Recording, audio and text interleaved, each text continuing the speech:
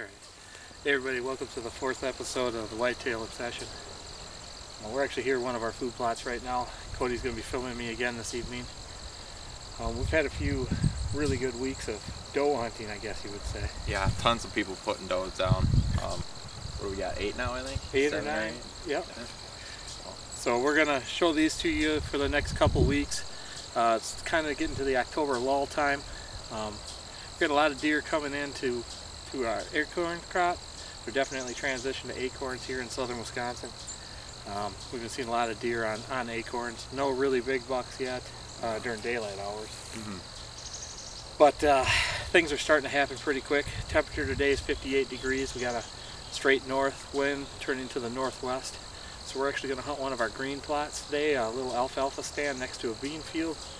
Kind of creates an inside corner there, so we're kind of hoping that these doe we have a few pictures of, we're going to probably come in there and try and take one of them out. You've seen them last night coming out. Yeah, I was walking out, and I mean, it's probably one of our favorite spots on the property, this corner, just because there's such a high quantity of deer out here. So that's where you shot your doe earlier this year. Yep, and Michael shot his buck, so we'll go out there and see what happens. Hopefully they'll come in.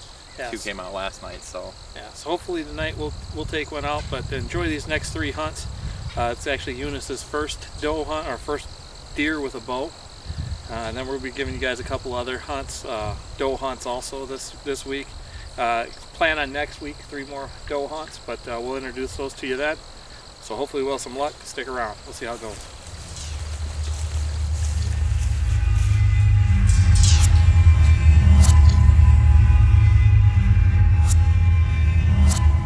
Whitetail Obsession is brought to you in part with Clean Shot Archery and Knockout Lighted Knocks, Quality Archery Designs,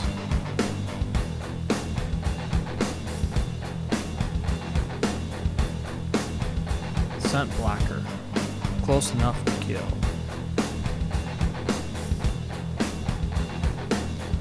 Obsession Bows, Fuel the Obsession, Change what we left behind. Whitetail Obsession Scents, Vein Tech, Precision Veins, Vortex Optics, a power of optics, Dakota Decoys,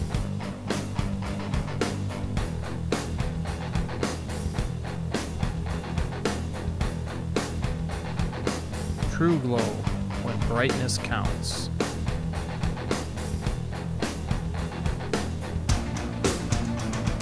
Mountain Man Custom Game Calls. Maxi Rack, Premium Wildlife Seed.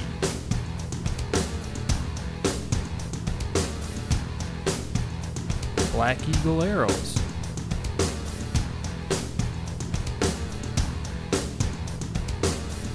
Rush Outdoors Video Hunting Team. Dead Center Archery Products. Archer Shooting Systems. And Hammer Bow Hangers. Come hang with us.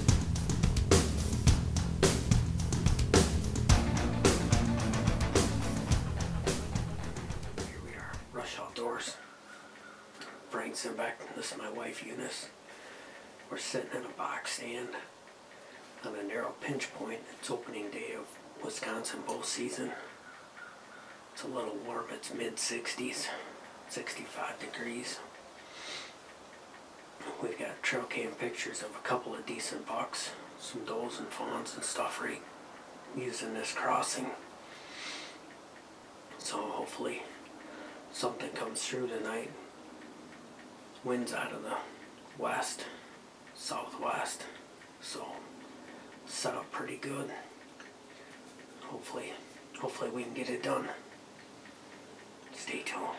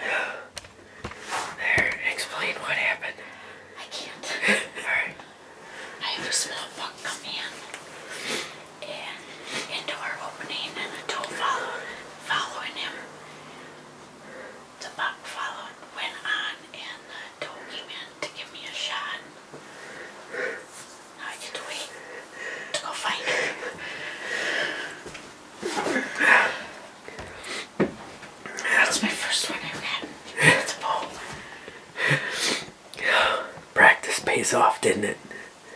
Because I knew you'd be watching and I didn't have to see if I got it.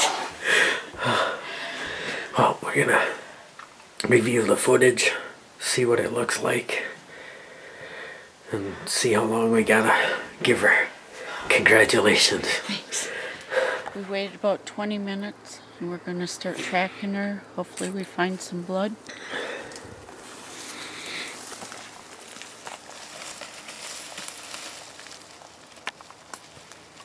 Got a little bit of blood right there.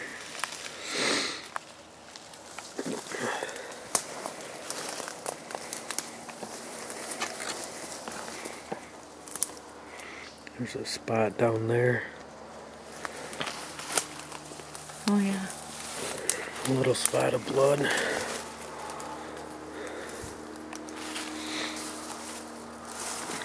Oh, here's some. Yep. Good sign, we got decent blood right off the bat. Still finding blood. We're coming to the edge of our food spot. And some more blood. Honey, look out there! There it is.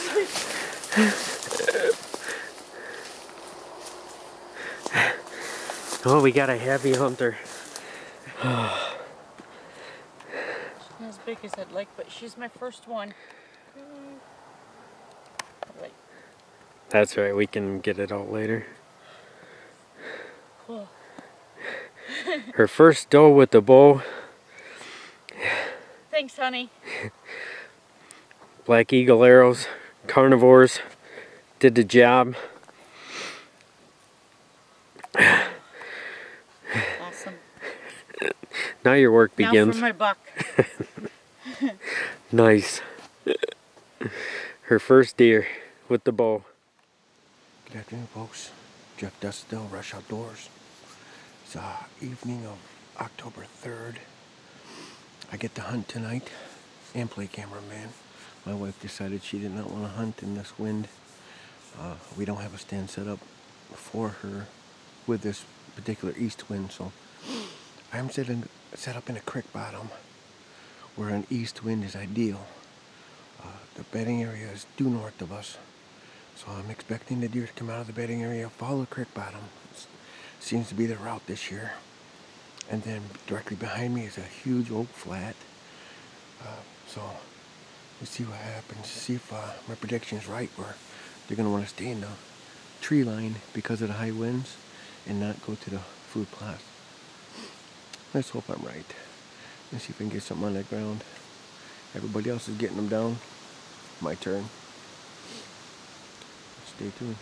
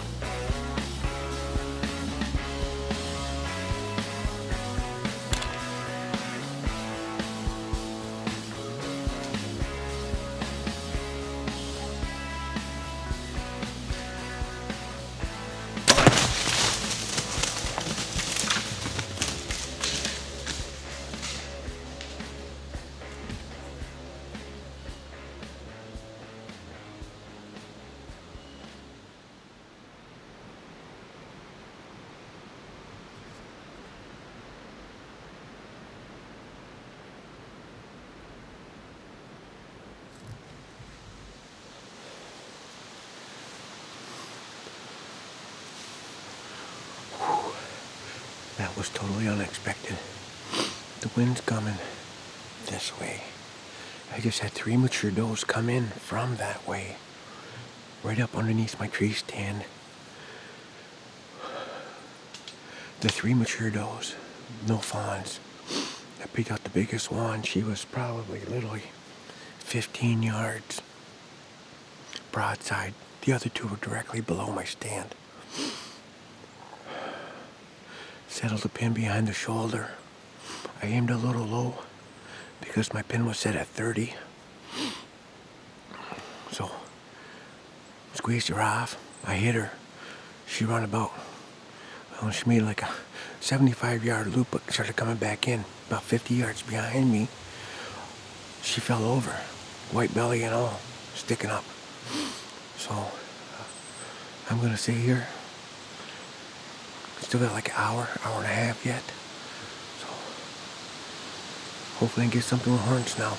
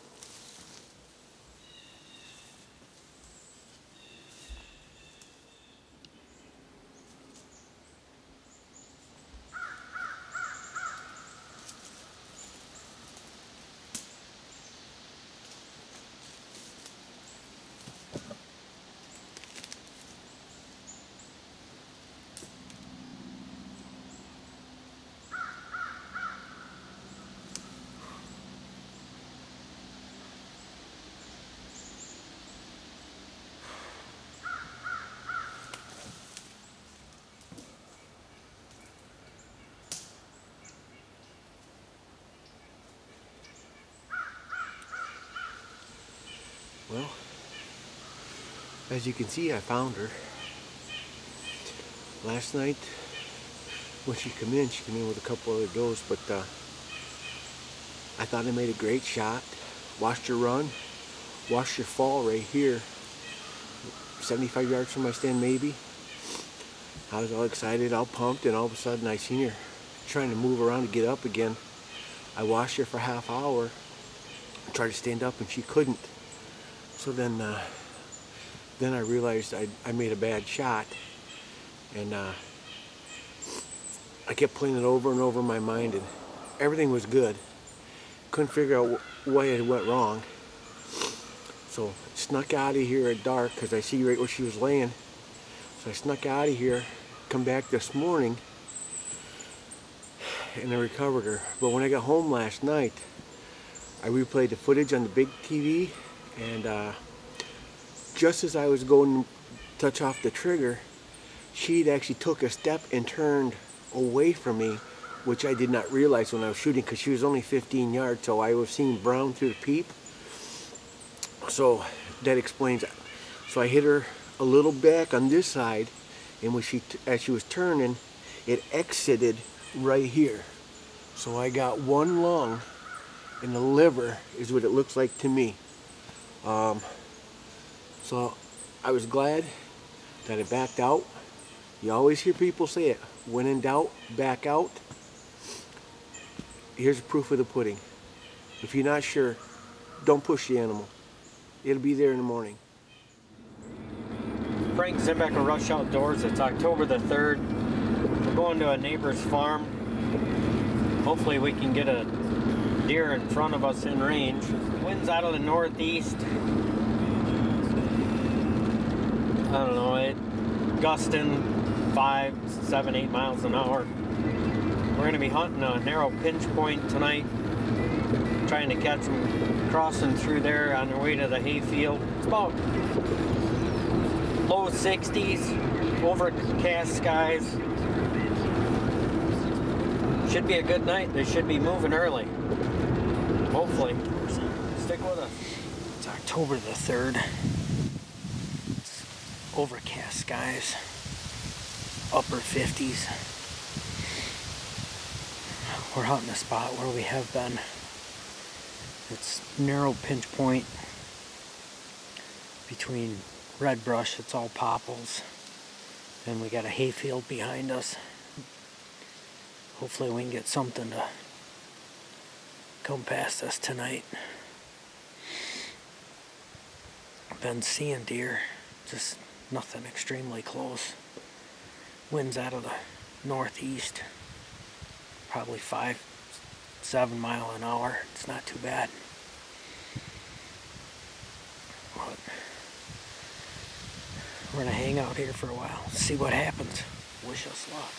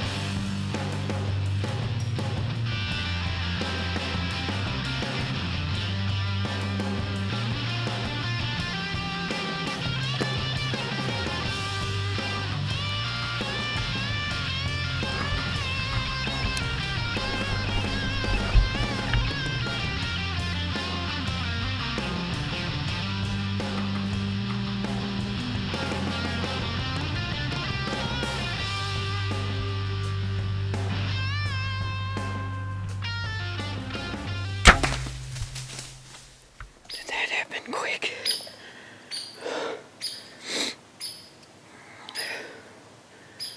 I just got a doe down. That was awesome. She come down through here, moving pretty good. And there was 2 of them.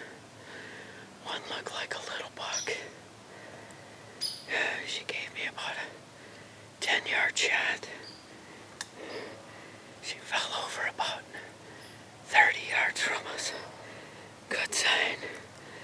That was awesome. Obsession bows. Well, we put it to work. Well, we shot a doe about 20 minutes ago. And I'm at where my arrow is. Take a look at it. It is an awesome sight. Look at that. Well, she gave me about a 10-yard shot. She didn't go very far. We watched her fall over. She's only about 30 yards away. Let's go check her out.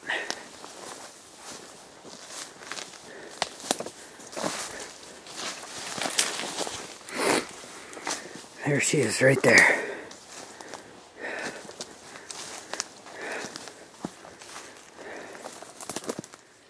Well, there it is. Here's my deer. Obsession bow. Awesome job. Well, here's my deer I shot. Everything I thought was a doe turned out to be a little buck. And in the state of Wisconsin, it's got to have over 3 inches of horn to be a legal buck.